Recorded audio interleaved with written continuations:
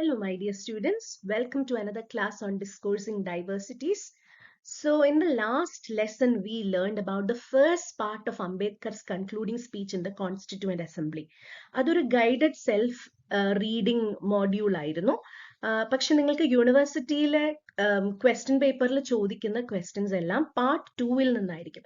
So today we will go ahead with discussing Ambedkar's concluding speech in the Constituent Assembly, part 2.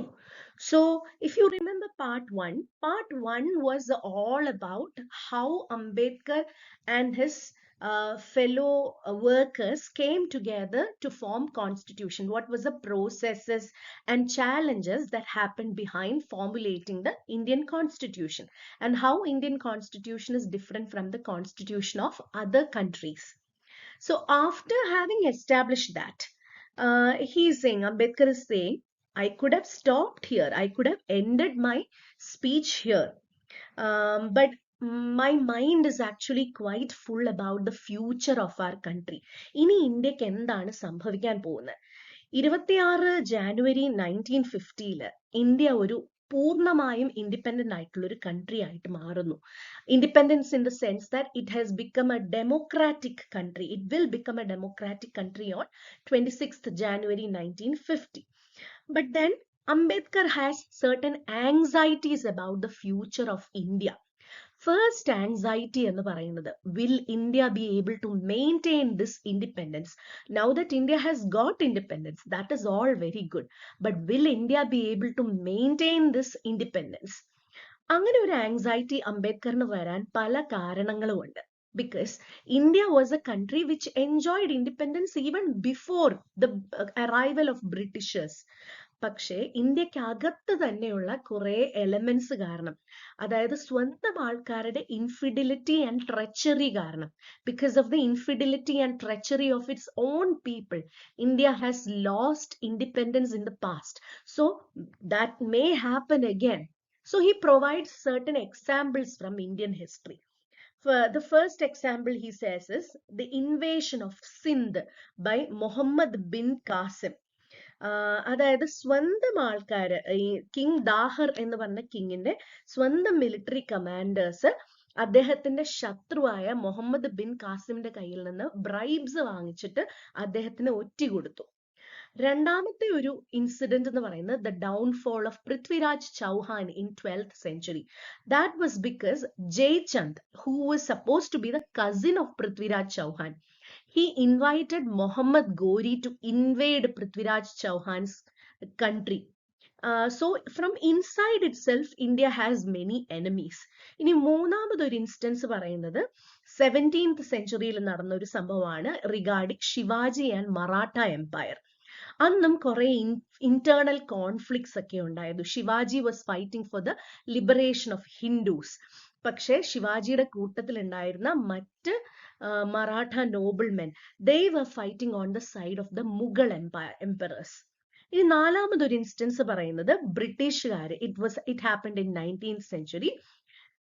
ബ്രിട്ടീഷുകാരും ഇന്ത്യയിൽ ഒരു rule establish ചെയ്യാൻ ശ്രമിക്കുന്ന സമയത്ത് they were trying to destroy the Sikh rulers.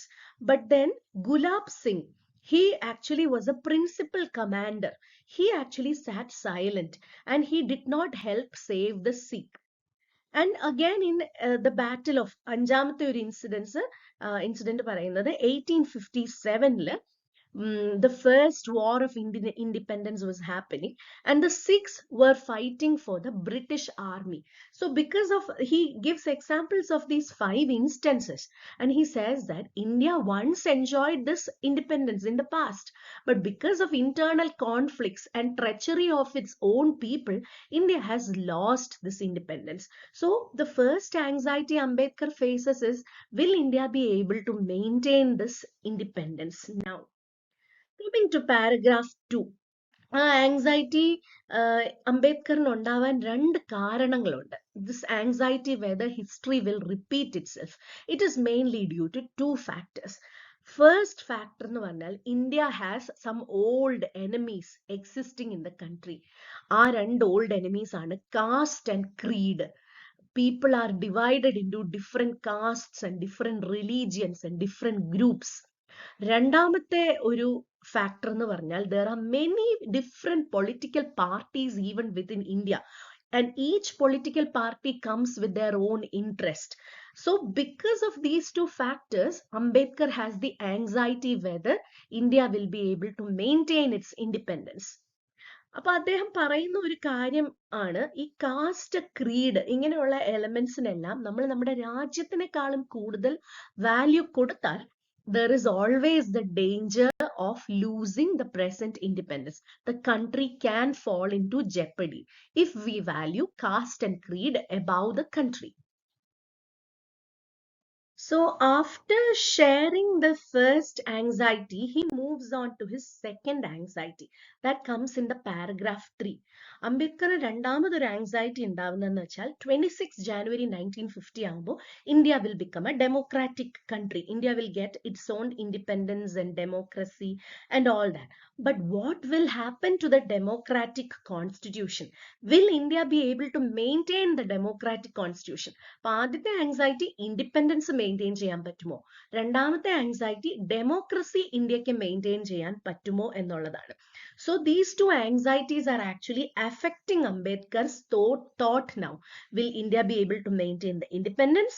Will India be able to maintain the democratic constitution? അങ്ങനെ ഒരു anxiety ഉണ്ടാവാനും പല reasons അംബേദ്കറിനുണ്ട്. Because India once is supposed to have had democratic systems even while monarchies reigned. India പല പല ചെറിയ ചെറിയ നാട്ടുരാജ്യങ്ങളും പ്രൊവിൻസസുമായിട്ട് divide ചെയ്യപ്പെട്ടിരുന്ന സമയത്ത് പോലും പല സ്ഥലങ്ങളിലും അവരുടേതായ ഡെമോക്രാറ്റിക് സിസ്റ്റം ഉണ്ടായിരുന്നു. An example can be found in the Buddhist Bhikshu Sanghas.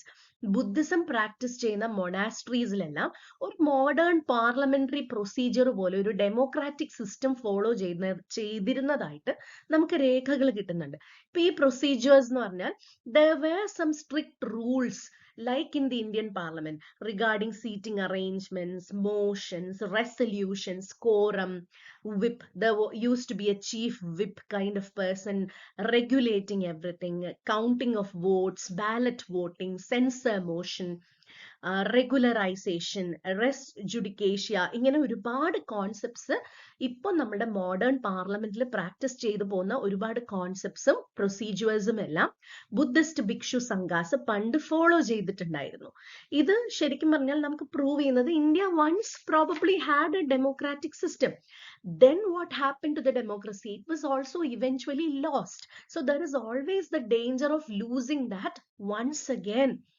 So these two anxieties are now ruling Ambedkar's thought. ഇനി നമ്മൾ പാരഗ്രാഫ് 5ലേക്ക് വരുമ്പോഴത്തേക്ക് Ambedkar is thinking about the dangers to the future of democracy. What can happen now that India has a democracy? But there might be some dangers this democracy will face in the future. ആദ്യത്തെ ഒരു danger എന്ന് പറഞ്ഞാൽ democracy ഇപ്പം നമുക്ക് കുറെ കാലമായിട്ട് നമ്മൾ practice ചെയ്യാതിരുന്ന ഒരു സംഭവമാണ്.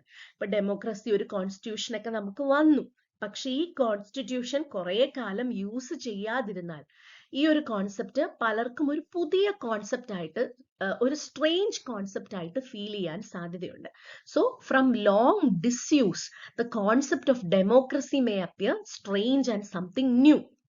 And the second danger to the future of democracy is that sometimes it is possible that democracy may give way to dictatorship.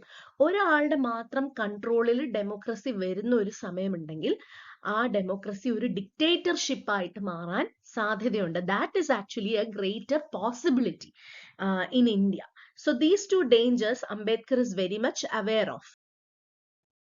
So now Ambedkar is thinking about how to maintain democracy. ഇപ്പം രണ്ട് ഡേഞ്ചേഴ്സിനെ പറ്റിയൊക്കെ Ambedkar discuss ചെയ്തു. But how can we maintain democracy in future? അതിന് കുറച്ച് methods ഒക്കെ അംബേദ്കർ നമുക്ക് പറഞ്ഞു തരുന്നുണ്ട്. First of all, we will have many social and economic objectives. ഒരു പുതിയ രാജ്യമാകുമ്പോഴത്തേക്ക് ഒരുപാട് social and economic requirements, objectives ഒക്കെ നമുക്ക് ഉണ്ടാവും. പക്ഷെ ഈ ഒബ്ജക്റ്റീവ്സ് നേടാൻ വേണ്ടി അൺകോൺസ്റ്റിറ്റ്യൂഷണൽ ആയിട്ടുള്ള മെത്തേഡ്സ് ഒന്നും നമ്മൾ ഫോളോ ചെയ്യാൻ പാടില്ല. You have to follow only constitutional methods to achieve social and economic objectives. So he talks about unconstitutional methods like revolutions, civil disobedience, non-cooperation, satyagraha. അപ്പൊ ഇങ്ങനെയുള്ള സമരം ചെയ്യലും പരിപാടികളും എല്ലാം അനാർക്കിയാണ്. ഇതൊന്നും നമ്മൾ ചെയ്യാൻ പാടില്ല. We have to abandon such methods of revolution. So ഈ റിവോൾട്ട് അങ്ങനെയുള്ള കാര്യങ്ങളെല്ലാം കംപ്ലീറ്റ് ആയിട്ട് നമ്മൾ അവോയ്ഡ് ചെയ്യുക. അപ്പോൾ always follow constitutional methods to achieve social and economic objectives. We understand that Ambedkar is against satyagraha, civil disobedience, non-cooperation movement and all that. ഇനി രണ്ടാമതൊരു method paragraph 7 അദ്ദേഹം പറയുന്നുണ്ട്, ടു മെയിൻറ്റെയിൻ ഡെമോക്രസി. നമുക്ക് ഇപ്പൊ കിട്ടിയ ഡെമോക്രസി മെയിൻറ്റെയിൻ ചെയ്യാനുള്ള രണ്ടാമത്തെ ഒരു മെത്തേഡിനെ പറ്റി അദ്ദേഹം പറയുന്നുണ്ട്. അതിന് അദ്ദേഹം കോട്ട് ചെയ്യുന്നത് ഒരു അമേരിക്കൻ ഫിലോസഫറായ ജോൺ സ്റ്റുവർട്ട് മില്ലിനെയാണ്, JS Mill. So JS Mill actually cautions people against, sometimes what we do is, നമുക്കൊരു ഹീറോ വേർഷിപ്പ് ഒക്കെ ഉണ്ടാവാൻ സാധ്യതയുണ്ട്. വലിയ വലിയ ആൾക്കാർ, ഗ്രേറ്റ് മെൻ എന്ന് നമ്മൾ വിശ്വസിക്കുന്ന ചില ആൾക്കാരുണ്ട്. അവരുടെ കാര്യം വരുമ്പോഴത്തേക്ക് അവരുടെ മുന്നിൽ നമ്മുടെ ലിബർട്ടീസ് ഒക്കെ അടിയറവ് വെക്കുന്ന ഒരു സിറ്റുവേഷൻ വരാറുണ്ട്. So John Stuart Mill says that you should never lay your liberties at the feet of even great men, or trust them with powers which enable them to subvert their institutions. നമ്മൾ വിശ്വസിക്കുന്ന ഒരു institution ഉണ്ട്. ആ ഇൻസ്റ്റിറ്റ്യൂഷനിലെ നമ്മുടേതായിട്ടുള്ള self respect, dignity, liberties ഒന്നും എത്ര വലിയ ഒരു ആളുടെ മുന്നിൽ പോലും അടിയറവ് വെക്കേണ്ട കാര്യം നമുക്കില്ല. അപ്പൊ ഈ ജോൺ സ്റ്റുവർട്ട് മില്ലിനെയാണ് രണ്ടാമത്തെ മെത്തേഡിൽ ഇദ്ദേഹം കോട്ട് ചെയ്യുന്നത്, അംബേദ്കർ കോട്ട് ചെയ്യുന്നത്. പിന്നെ അതുപോലെ തന്നെ ആ ഒരു തോട്ട് ഫോളോ ചെയ്ത് ഡാനിയൽ ഒക്കോണൽ എന്ന് പറഞ്ഞ ഒരു ഐറിഷ് പേട്രിയറ്റ്, അദ്ദേഹം പറയുന്ന ഒരു കോട്ടും കൂടെ അവിടെ ഇദ്ദേഹം സൈറ്റ് ചെയ്യുന്നുണ്ട്. No man can be grateful at the cost of his honor. No woman can be grateful at the cost of her chastity. And no nation can be grateful at the cost of its liberty. അപ്പം ഇതിൽ പറയുന്ന ഒരു main ആയിട്ടുള്ള സന്ദേശം എന്താണെന്ന് വെച്ചാൽ, at the end of the day you are important. Your self respect, your dignity is important. അതൊന്നും നമ്മൾ ആരുടെയും മുന്നിൽ താഴ്ത്തി വെക്കേണ്ട ഒരു കാര്യവുമില്ല. Because four men the honor is the most important thing. For women, chastity is the most important thing. And for nations, liberty is the most important thing. We don't have to forsake these things at the feet of any great men. അപ്പൊ അംബേദ്കറിന് ഈ ഒരു കാര്യത്തിൽ നല്ല anxiety ഉണ്ട്. കാരണം India has been known for it's ഭക്തി movement or devotion. നമ്മൾ എല്ലാ കാര്യങ്ങളെയും വളരെ ഭയഭക്തി ബഹുമാനത്തോടെ, ദൈവത്തിനാണെങ്കിലും മാതാപിതാക്കൾക്കാണെങ്കിലും അധ്യാപകർക്കാണെങ്കിലും മുതിർന്ന ആൾക്കാർക്കാണെങ്കിലും എല്ലാവരോടും ഒരു ഭക്തിയോടും വിധേയത്തോടും കൂടെ നിൽക്കുന്ന ആൾക്കാരാണ് ഇന്ത്യക്കാര്. That is actually a part of Indian culture. Sometimes this kind of bhakti or devotion can even fall into hero worship. We all have our personal heroes, whether they may be from movies or politics or culture or whatever it may be. So Ambedkar is really worried about this hero worship or bhakti or devotion in Indian culture. He says that that is actually true in politics also. In politics, if we consider somebody a hero, this concept can result in degradation. നമ്മുടെ രാജ്യത്തിനെ തന്നെ നശിപ്പിക്കുന്ന ഒരു കാര്യമായിരിക്കാം hero worship എന്ന് പറയുന്നത്. So you should never consider politicians as heroes. So after that he goes into the third method to maintain democracy. ഇപ്പം നമുക്ക് കിട്ടിയിട്ടുള്ളത് ഒരു പൊളിറ്റിക്കൽ ഡെമോക്രസിയാണ്. കാരണം നമുക്ക് ഇൻ കോൺസെപ്റ്റ് ഒരു കോൺസ്റ്റിറ്റ്യൂഷൻ ഉണ്ട്. പക്ഷെ ആ കോൺസ്റ്റിറ്റ്യൂഷൻ എല്ലാവരും ഫോളോ ചെയ്യണം എന്നുണ്ടെങ്കിൽ നിർബന്ധമുണ്ടോ? അപ്പൊ അത് വേണം എന്നില്ല. So you should never be content with mere political democracy. You should always aim towards social democracy. So there are two types of democracy: political democracy and social democracy. So you should never be just happy with having a political democracy. Your aim should be to achieve social democracy. So what exactly is social democracy? Social democracy എന്താണെന്ന് വെച്ചാൽ, it is a way of life which recognizes liberty, equality and fraternity as the principles of life. നമ്മളിത് ഒരുപാട് കേട്ടിട്ടുണ്ട്, liberty, equality and fraternity എന്നുള്ള ഈ മൂന്ന് കോൺസെപ്റ്റ്സും നമ്മുടെ വേ of life, നമ്മൾ ജീവിക്കുന്ന ജീവിതത്തിന്റെ ഒരു നോർമൽ പാർട്ടായിട്ട് മാറണം, അതിന്റെ പ്രിൻസിപ്പിൾസ് ആയിട്ട് മാറണം. അങ്ങനെ ഒരു ലൈഫ് നമുക്കുണ്ടെങ്കിൽ we have social democracy. So it is a way of life which recognises liberty, equality and fraternity as the principles of life. അപ്പൊ ഈ മൂന്ന് ഐഡിയൽസ്, ഈ മൂന്ന് principles, liberty, equality and fraternity, we have to give equal value to all three of these principles. You should never give too much importance to one of these concepts over the other two. ഇത് മൂന്നും ഒരു Trinity ആണ്, ഒരു union ആയിട്ട് consider ചെയ്യണം. ഇതിനെ മൂന്നിനെയും separate items ആയിട്ട് നമുക്ക് കൺസിഡർ ചെയ്യാൻ പാടില്ല. അതിന് പറയാൻ കാരണം എന്താണെന്ന് വെച്ചാൽ, if you have two of these concepts without one, it will be incomplete and drastic. For example, just equality മാത്രം നിങ്ങൾക്കുണ്ട്, പക്ഷെ ലിബർട്ടി ഇല്ല. നമ്മളെ ഒരു സമൂഹത്തിൽ എല്ലാവരും ഈക്വൽ ആണ്, ഇക്വാലിറ്റി ഒക്കെ ഉണ്ട്, പക്ഷെ ബ്രദർഹുഡ് അല്ലെങ്കിൽ ഫ്രെറ്റേണിറ്റി എന്ന് പറഞ്ഞിട്ടൊരു സംഭവം ഇല്ല. അല്ലെങ്കിൽ ഈ ഇക്വാലിറ്റി പ്രാക്ടീസ് ചെയ്യാനുള്ള ലിബർട്ടി നിങ്ങൾക്കില്ല, ഫ്രീഡം നിങ്ങൾക്കില്ല. Then that is actually quite ironic. It will actually be meaningless. നിങ്ങൾക്ക് ഇപ്പൊ ലിബർട്ടിയും ഇക്വാലിറ്റിയും ഉണ്ട്, പക്ഷെ ഫ്രെറ്റേണിറ്റി, ബ്രദർഹുഡ് എന്ന് പറഞ്ഞ ഒരു ഫീലിംഗ് ഇല്ല എങ്കിൽ അത് നാച്ചുറൽ അല്ല. So you should have all three of these values in life. Just one or two without the other would be incomplete. ഇപ്പൊ നമ്മുടെ സൊസൈറ്റിയിൽ രണ്ട് കാര്യങ്ങളുടെ ഒരു കംപ്ലീറ്റ് ലാക്ക് ഉണ്ട് ഇക്വാലിറ്റി വരുമ്പോഴത്തേക്ക്. ഇക്വാലിറ്റി നമുക്ക് പേപ്പറിൽ ഇക്വാലിറ്റി ഉണ്ട്, കോൺസ്റ്റിറ്റ്യൂഷനിൽ every Indian is considered the same, equal. നമുക്കൊരു സോഷ്യൽ ആൻഡ് ഇങ്ങനെ നമ്മൾ പൊളിറ്റിക്കൽ ഇക്വാലിറ്റി പ്രാക്ടീസ് ചെയ്യുന്ന സമയത്തും സോഷ്യലി ഇക്കണോമിക്കലി ഇനീക്വാലിറ്റി തന്നെയാണ്. Because socially people belong to different classes even now. And economically, the wealth is not distributed equally among the entire population of India. Some people are richer, some people are dirt poor.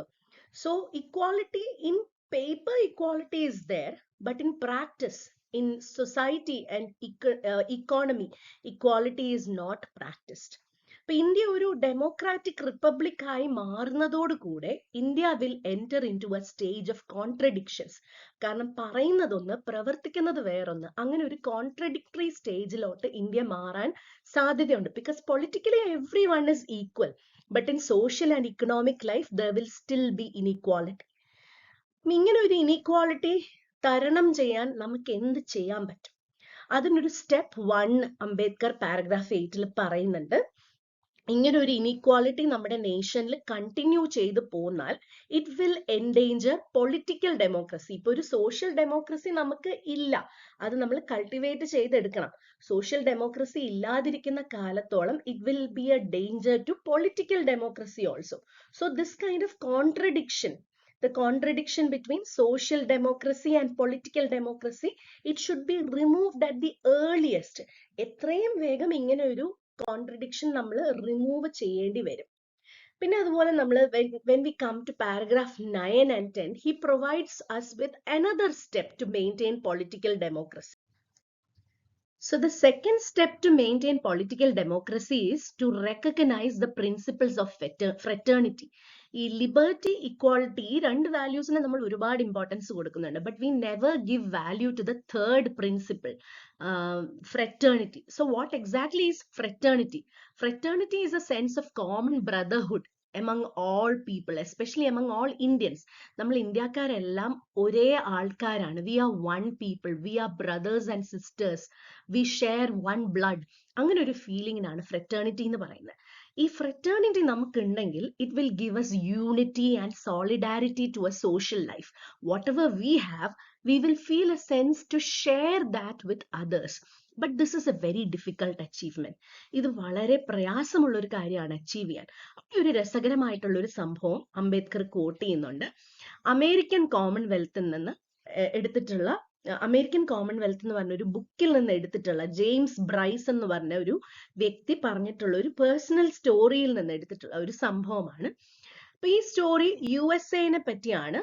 American Protestant episcopal church അവരുടെ ഒരു common prayer book ഇറക്കുന്ന സമയത്ത് ആ prayer ബുക്കിൽ ആദ്യം എഴുതിയിരുന്നത് "ഓ lord bless our nation" എന്നായിരുന്നു. പക്ഷെ വളരെ വേഗം തന്നെ they had to change it to, oh Lord, bless these United States. Bless our nation എന്നായിരുന്നു പ്രശ്നം. The problem was our എന്ന് പറയുമ്പം ഈ രാജ്യം നമുക്ക് എല്ലാവർക്കും ഒരേപോലെ അവകാശപ്പെട്ടതാണ്. അവിടെ റേസ് ഇല്ല, ബ്ലാക്ക് എന്നില്ല, വൈറ്റ് എന്നില്ല, ഇമിഗ്രൻസ് എന്നില്ല, അങ്ങനെ ഒരു വ്യത്യാസമില്ലാതെ എല്ലാവരുടെയും നേഷൻ ആണെന്ന് റെക്കഗ്നൈസ് ചെയ്യേണ്ടി വരും. പ്രോബ്ലമാറ്റിക് ആണ്. Sometimes our nation is more ours than other people's. അതായത് ഒരു നേഷനിൽ ചില വ്യക്തികൾക്ക് ആ നേഷനിൽ കൂടുതൽ അവകാശമുണ്ടെന്ന് നമ്മൾ അറിയാതെയെങ്കിലും വിശ്വസിക്കുന്ന ആൾക്കാരാണ്. അതുകൊണ്ട് ആ പ്രേയർ ബുക്ക് പോലും തിരുത്തേണ്ടി വന്നു. O lord bless our nation എന്നുള്ളതിൽ നിന്ന് മാറ്റി O lord bless these United States എന്ന് മാറ്റേണ്ടി വന്നു. ബിക്കോസ് ആ ഒരു സമയത്ത് യുണൈറ്റഡ് സ്റ്റേറ്റ്സിൽ there was very little solidarity among people. People did not think of each other as brothers, so they couldn't think of each others themselves as a nation. ഒരു joint ആയിട്ടുള്ള ഒരു nation ആയിട്ട് അവർക്ക് സ്വയം ചിന്തിക്കാൻ പറ്റിയിട്ടുണ്ടായിരുന്നില്ല. ഇത് യുണൈറ്റഡ് സ്റ്റേറ്റ്സ് ഓഫ് അമേരിക്കയിൽ നടന്ന സംഭവമാണെങ്കിൽ ഇന്ത്യയിൽ ഇത് even more difficult to achieve ആണ് ഈ ഒരു sense of brotherhood, fraternity, because there are thousands of different castes in India. Some castes consider themselves to be superior to others. Therefore, the feeling of oneness, the feeling of a nation, the feeling of brotherhood is very hard to achieve in India. The main villain behind it is the caste system. So we have to acknowledge first that we are not yet a nation. നമ്മൾ India എന്ന് പറഞ്ഞൊരു nation ആയിട്ട് ഇതുവരെ മാറിയിട്ടില്ല. We have the necessity to become a nation and find the means to achieve this goal. അപ്പം നമ്മുടെ goal എന്തായിരിക്കണം? We have to find it in our heart to think of each other as brothers. ആ ഒരു ഗോളിലേക്ക് വേണം നമ്മൾ എത്തിച്ചേരാൻ. എന്നാൽ മാത്രമേ നമ്മൾ ഒരു നേഷൻ ആയിട്ട് മാറുന്നുള്ളൂ. എങ്കിൽ മാത്രമേ നമുക്ക് ഈ ഫ്രറ്റേണിറ്റി ഉണ്ടെങ്കിൽ മാത്രമേ നമുക്ക് പൊളിറ്റിക്കൽ ആൻഡ് സോഷ്യൽ ഡെമോക്രസി ഉണ്ടാവുന്നുള്ളൂ. അപ്പൊ ഇവിടെ അംബേദ്കർ പറയുന്ന ഒരു പ്രധാനപ്പെട്ട കാര്യമുണ്ട്. കാസ്റ്റ് എന്ന് പറയുന്നത്, കാസ്റ്റ് സിസ്റ്റം എന്ന് പറയുന്നത് ഒരു ആന്റി നാഷണൽ ആയിട്ടുള്ള എലമെന്റ് ആണ്. ഇന്ത്യ ഒരിക്കലും കാസ്റ്റ് സിസ്റ്റം പ്രാക്ടീസ് ചെയ്യുന്നിടത്തോളം ഒരു നേഷൻ ആയിട്ട് മാറില്ല. Because castes will bring a separation in social life. Caste will interrupt in every way. ഒരു മാരേജ് നോക്കുന്ന സമയത്തോ അല്ലെങ്കിൽ ഒരു ജോലി നോക്കുന്ന സമയത്തോ it will always divide people in to different categories. It will generate jealousy and antipathy between each other. Somebody will say that this person got this job because he is of a lower caste or a higher caste. He is getting favors because of his caste and all that. അപ്പൊ ഈ cast എന്ന് പറയുന്ന അത്രത്തോളം anti national ആയിട്ടുള്ള ഒരു സംഭവമാണ് എന്ന് establish ചെയ്യുന്നു. അപ്പം ഇത് ഓവർകം ചെയ്യണമെങ്കിൽ വളരെ ഡിഫിക്കൽട്ട് ആയിട്ടുള്ള ഒരു കാര്യം തന്നെയാണ് ഈ ഫ്രറ്റേണിറ്റി ലഭിക്കുക എന്ന് പറയുന്നത്. വളരെ പ്രയാസമേറിയ ഒരു കാര്യം തന്നെയാണ്. പക്ഷേ ഈ ഫ്രറ്റേണിറ്റി നമുക്ക് എസ്റ്റാബ്ലിഷ് ചെയ്ത് കഴിഞ്ഞാൽ we will successfully become A nation.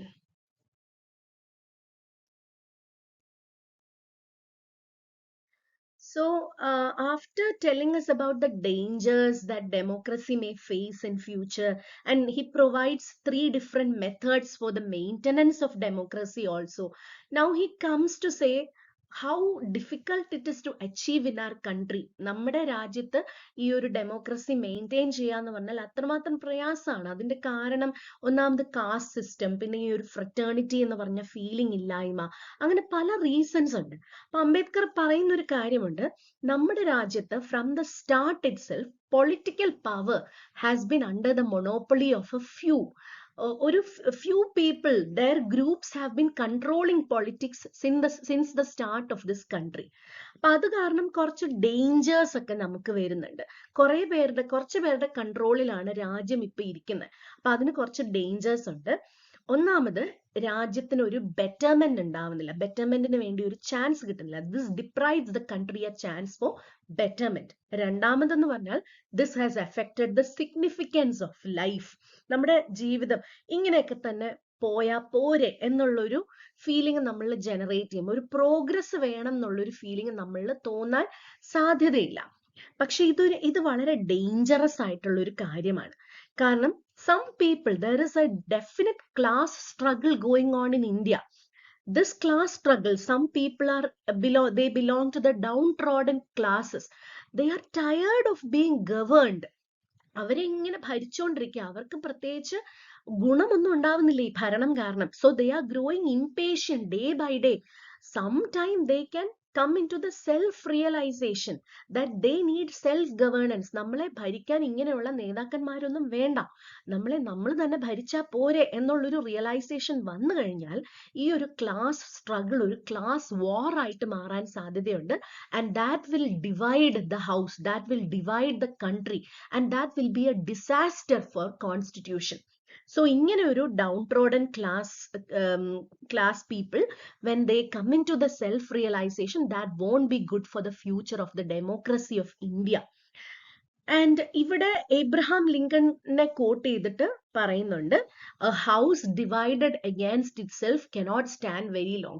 So Ambedkar opines that we should all stand together. We all belong to different classes and all that, but that class system has to be completely obliterated for us to achieve anything as a nation. ഒരു house ഉള്ളിൽ നിന്ന് തന്നെ divided ആവാൻ പാടില്ല, എങ്കിൽ അത് break ആയി പോകും. ഈ ഒരു self realisation that we have to continue maintaining the democratic structure, that self realization should come as early as possible. ഇത് വന്നാൽ മാത്രമേ ഇക്വാളിറ്റി, ലിബർട്ടി, ഫ്രറ്റേണിറ്റി, ഈ 3 ക്വാളിറ്റീസ് വന്നാൽ മാത്രമേ നമ്മുടെ ഡെമോക്രസി നമുക്ക് സസ്റ്റെയിൻ ചെയ്യാൻ, മെയിൻറ്റെയിൻ ചെയ്യാൻ പറ്റുന്നുള്ളൂ. അപ്പൊ ഇത്രയും പറഞ്ഞ് he is concluding his speech in paragraph 12. He says that I don't wish to weary the house any longer. ആരെയും ബോറടിപ്പിക്കാനൊന്നും ഞാൻ ആഗ്രഹിക്കുന്നില്ല. ഇൻഡിപെൻഡൻസ് നമുക്ക് കിട്ടി. It is a matter of great joy, but with great responsibilities also it is coming. ഈ independence നമുക്ക് കിട്ടിയതെന്ന് പറഞ്ഞാൽ നമുക്ക് ഒരുപാട് ഉത്തരവാദിത്തങ്ങളും റെസ്പോൺസിബിലിറ്റീസും വരുന്നുണ്ട്. ഇത്രയും കാലം നമ്മുടെ രാജ്യത്തിന് എന്തെങ്കിലും സംഭവിച്ചു കഴിഞ്ഞാൽ we could have blamed the British, but now that the British is not ruling us anymore, now we have to take responsibility for whatever problems can happen in our country. അപ്പൊ നമ്മുടെ രാജ്യത്തിലെ ഇനി വരാൻ പോകുന്ന future government, it will be based on the principle of the people, by the people and for the people. അതിനാണ് നമ്മൾ democracy എന്ന് പറയുന്നത്.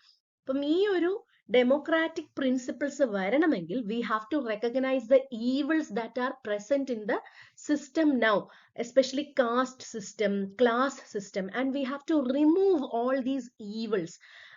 Only then can we serve the country for better. So that brings us to the end of this lesson on Ambedkar's concluding speech in the Constituent Assembly. I hope you understood and you enjoyed the lesson. Keep learning. Thank you.